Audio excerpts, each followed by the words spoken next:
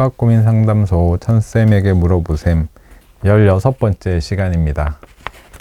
이미 꽉 차게 4달이 되었네요. 4달. 안녕하세요. 그 4달 사이에 꾸준히 들어와서 봐주시는 어머님들께도 감사하고, 최근에 알게 되어서 또 이렇게 들어와서 보시는 분들도 환영합니다. 오늘도 이렇게 사연이 많이 사전 사연이 들어와 있고요. 직전에 제가 본 것 중에 또 하나 도 체크를 해놨는데, 오늘 처음 하셨다고요? 네, 안녕하세요. 16번째 시간입니다. 꽉 차게 4달이네요. 자, 시작해 보겠습니다. 첫 번째 사연입니다. 초등학교 3학년 외동 키우는 학부모입니다. 아직 수학학원은 다니지 않고 홈스쿨링으로 디딤돌 심화 패드 수업을 병행하고 있습니다. 아이가 사고력 수학은 잘 푸는데 기본 연산에서 문제를 틀려요. 어려운 문제면 이해하는데 쉬운 문제를 지속적으로 많이 틀리는데 어떻게 잡아줘야 할까요? 평소 성격이 진짜 급한 아이입니다. 저도 마음이 급해서 뭔가 빨리 할 때는 저는 눈에 보이는 것도 이상하게 읽고, 동영상 촬영 같은 거 할 때도 뭔가 이렇게 급하게 할 때는 그런 행동이 나옵니다. 나이를 먹다 보니 젊을 때보다 더 그게 심해서 정말 일하기가 힘든데요. 이런 경우는 제가 고쳐지는 걸 본 케이스는 어떤 케이스냐면, 공부를 하면서 어떤 그 수학이 즐거워지고 수학 학습에 대한 안정기에 들어간 아이였어요. 근데 지금 말씀해 주신 것처럼 3학년이고 수학학원 다니지 않고 홈스쿨링 하는데 또 이제 기본 수업도 패드로 수업하고 있고, 이런 경우는 아이가 말하자면 학습을 하고 있다는 느낌은 적을 것 같아요. 공부를 말하자면 아직 이렇게 제대로 하고 있지는 않은 상황인 거죠. 그래서 사고력 문제다라고 하면 생각하고 집중하고 하지만, 기본 문제다, 쉬워 보인다 하면 빨리 풀고 넘어가고 싶어 할 거예요. 그런 심리 때문에 그런 게 더 그렇습니다. 그래서 이런 아이들 같은 경우는 제 경험에서는 공부를 많이 하면서 개선되는 아이들을 봤어요. 근데 공부를 많이 하면서가 양으로 많이 시켜야 됩니다, 이런 뜻으로 말씀드리는 것이 아니고요. 어떤 경우였냐면 그 영재교육원 같은 걸 준비하면서 집중적으로 하고 내가 실력이 올라가고 내가 문제를 잘 풀 수 있고 라고 하는 자기 성취감과 욕심들이 생기면서 집중력이 늘어나게 되더라고요. 그런 동기가 좀 생겨야 되는 거죠. 그래서 아직 3학년이고 공부를 많이 해본 아이가 아니라면 이런 경우는 지금 당장 이렇게 하시면 고쳐집니다, 할 수 있는 방법은 없고요. 사실상 없고요. 내가 수학을 잘해, 그런 자부심과 이런 것들이 생기고, 수학 공부에 대한 욕심도 생기고, 학습에 대한 어떤 자세가 잡히면서 개선되어야 될 것 같습니다. 그래야 급한 마음을 정확하게 해야 돼 라는 마음으로 바꿔줄 수 있을 것 같습니다. 그래서 이런 부분은 좀 지속적으로 노력을 해 주셔야 될 것 같아요. 두 번째입니다. 초1, 초3 여자아이예요. 잘하고 있는지 늘려야 할지 줄여야 할지 학습 방향에 대한 조언이네요. 초3 아이는 수감은 뛰어나 보이지 않고 문해력은 괜찮습니다. 학교 교과 보충으로 주 1, 2회 센 한다고 하고요. 집에서는 소마셈을 차근히 해서 이제서 B단계 전체가 다 끝났고 100점 수학 3학년 거 하고 창의력 팩토 1단계 수학만 하고 있습니다. 그런데 부족한 것 같아서 원리셈 3학년 거 세트 말고 곱셈 나눗셈 분수, 곱셈 나눗셈과 분수만 하고, 창의력 팩토 1단계도 1, 2학년 수준이고 사고력보다 교과심화 하고 싶어서 구입을 했다가 준비를 해서 하고는 있는데 최상위 수학으로 하려고 하는데 무리일지 적절한지, 적정하다면 원리셈과 책상이 격일로 할지, 원리셈은 매일 하고 최상위는 일주일에 한두 번만 하는 게 나은지 여쭙고 싶습니다. 일단 큰아이고요. 둘째 아이는 다시 얘기하겠습니다. 지금 말씀해 주신 요 큰아이의 학습 상황은 뭔가 좀 균형이 맞질 않아요. 어떤 식의 균형이냐면, 공부를 할 때 연산이 기초를 만들어 주고요. 그렇게 한 다음에 교과 개념을 하는 거고, 네, 개념 또는 기본 잡는 걸 하는 거고, 그리고 나서 심화를 하는 거예요.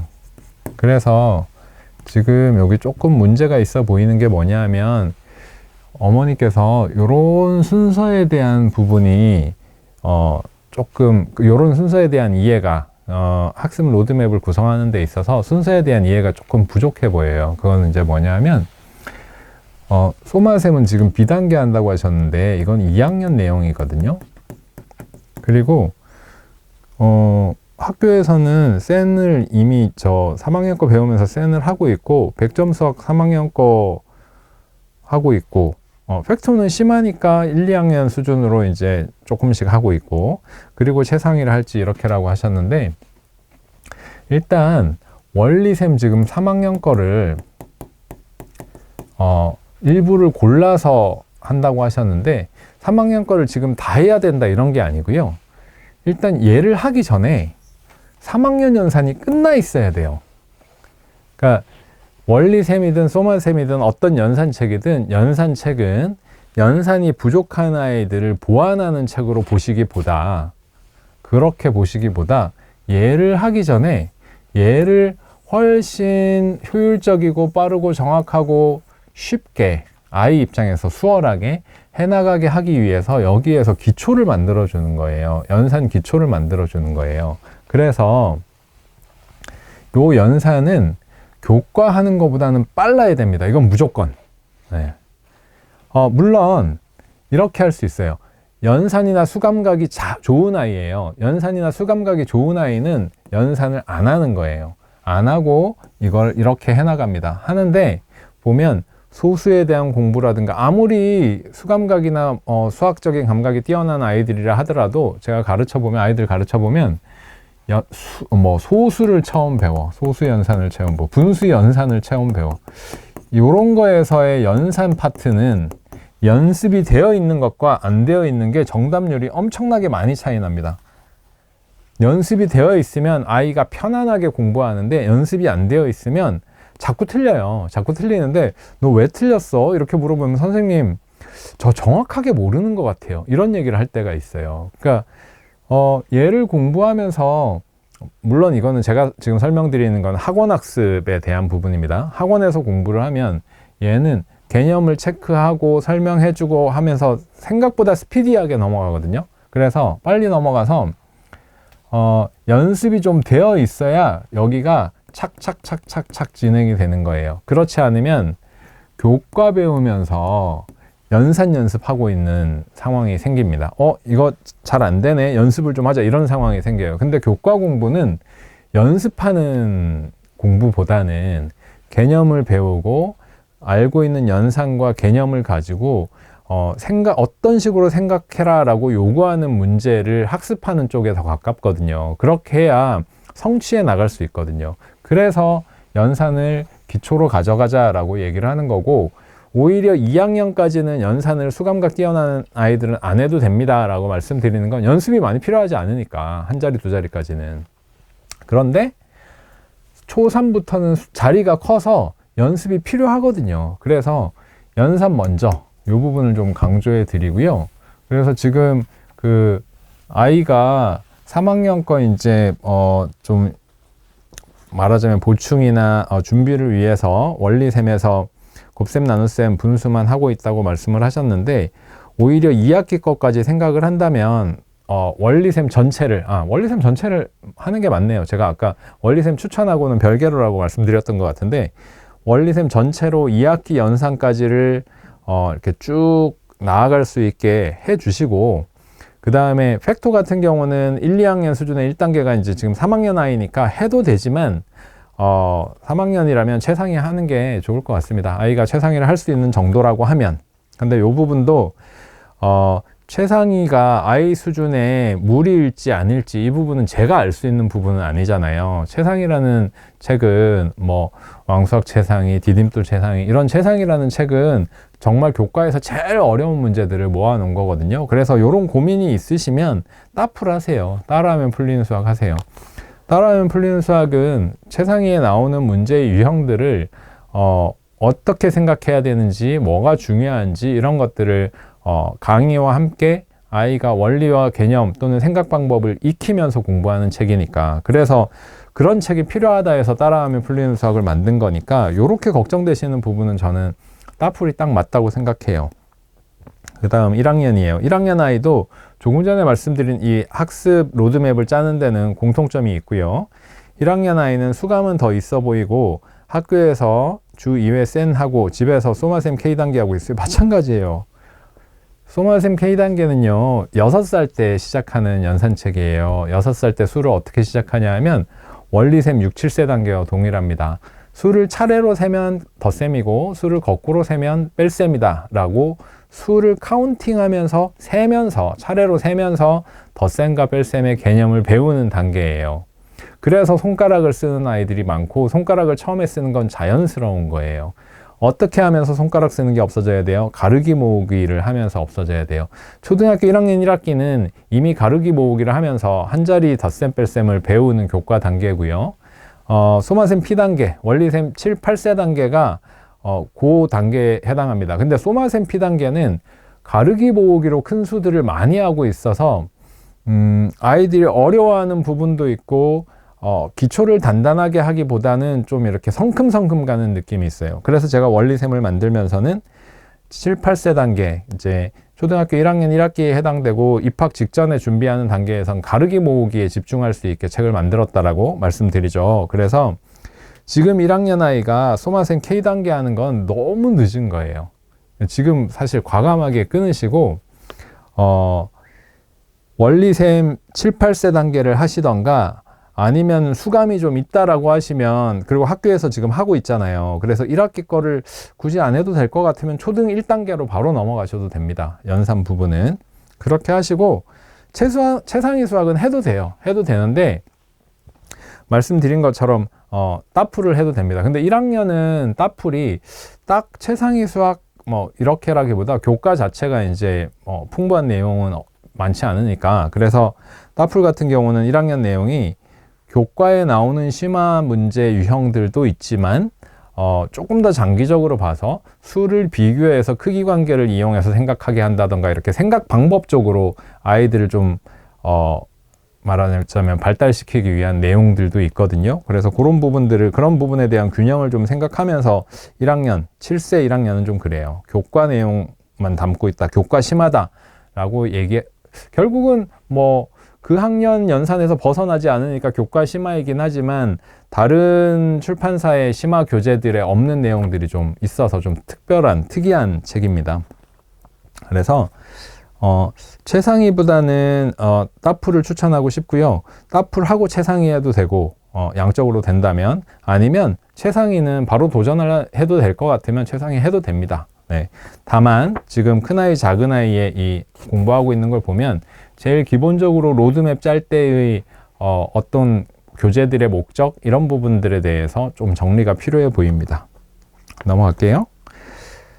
전라남도 목표에서 초2 키우는 엄마입니다. 원리셈 6권, 나눗셈까지 이번 주에 끝이 납니다. 정답률은 간혹 한 개 틀리지만 100% 가깝게 하고요. 1031 해봤는데 너무 어려워하고 사고력은 안 하고 싶다고 하기도 해서 문제 해결의 힘 2학년 2학기 거 하고, 네, 2학년 2학기는 문장제 관련돼서 또는 문장제하고는 관련 없죠. 문제 해결의 힘 같은 이제 유형세에 가까운 준심화서 이런 책 하는 것도 괜찮아요. 교과 수학 3학년 기본 수학 하고 있고요. 연산은 원리셈으로 하고 있습니다.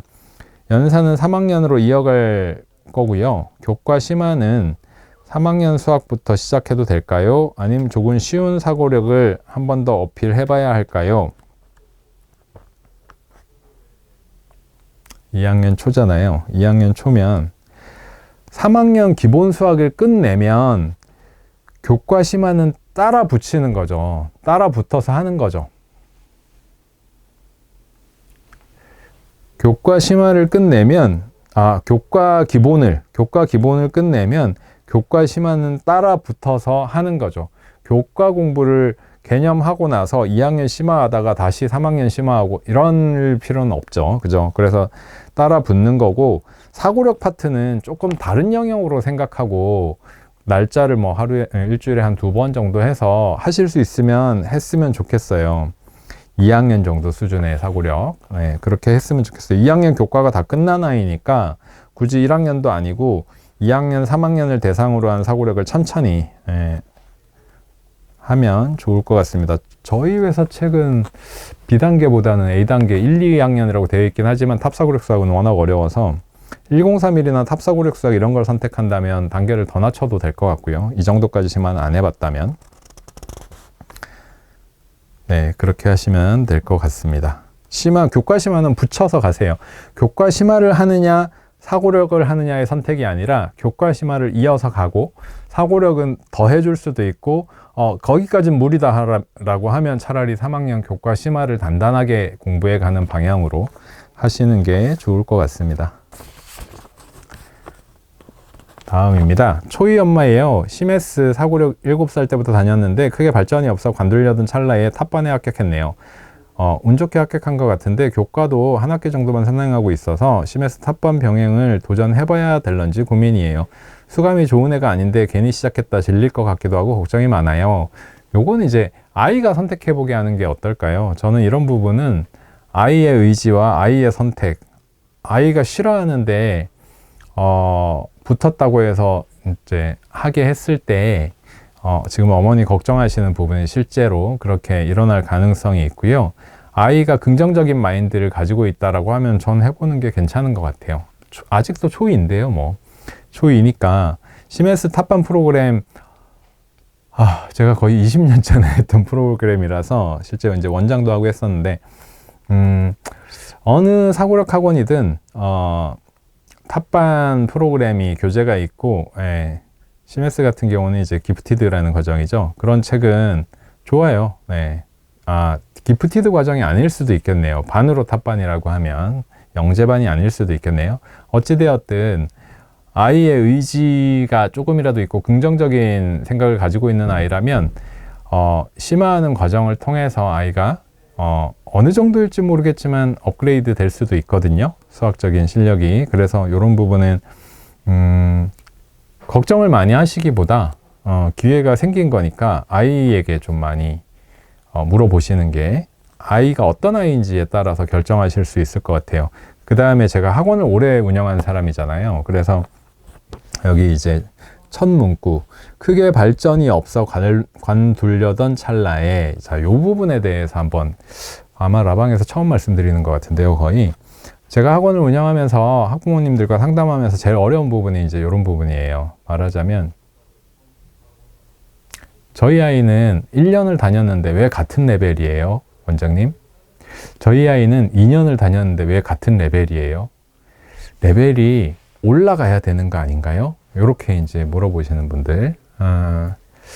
제 생각은 이 부분에 대해서 설명을 드리면 지금 요 아이 같은 경우는 이제 사연을 보내주시는 어머니 같은 경우는 아이가 이제 뭔가 실력이 늘어서 시험에 붙고 해서 반을 올릴 수 있는 기회가 생긴 거잖아요. 근데 보통의 아이들이 공부하면서 레벨이 다 올라가지는 않습니다.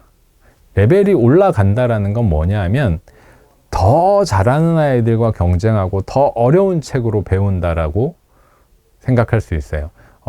이게 어떤 학원은 진도일 수는 있지만 제가 운영했던 학원 같은 경우는 레벨이 올라가면 교재 자체가 더 어려워집니다. 네. 그래서 이 정도 수준의 아이는 이 정도 수준에서 지속적으로 공부하는 게 아이가 나중에 중등 공부를 하거나 했을 때 이제 말하자면 자기 실력을 이렇게 차곡차곡 쌓아갈 수 있는 부분인데 다른 아이들도 같이 발전하거든요. 그래서 레벨이 올라간다는 건 사실은 굉장히 많이 발전하는 거예요. 많이 발전하는 거예요. 그래서 요 학원을 다니면서 레벨에 대한 생각은 저는 반드시 올라간다고 생각하고 있지는 않습니다. 그 레벨에서의 성취도가 괜찮고 하면 학원에서 알아서 올려주는 게 레벨이기도 하고요. 학원에서 일부러 올리지 않고 하는 경우는 많지는 않고요. 예, 그런 얘기를 요 중간에 요 문구를 보고 드리고 싶습니다. 자, 다음.